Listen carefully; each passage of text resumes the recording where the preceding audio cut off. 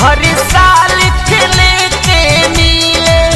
सूखा पड़ल साया साड़ी कहिरो करे नमुआ ना गिले यारवा के घर बड़ी दूर बाटे एने नहीं हेलेला यारवा के घर बड़ी दूर बाटे एने नहीं हेलेला सैया बाचा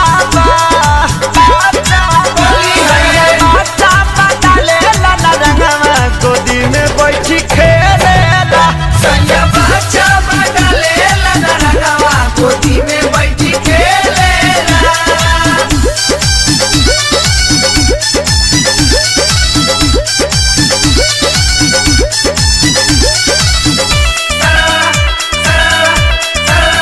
गल गुलाल बिना तर से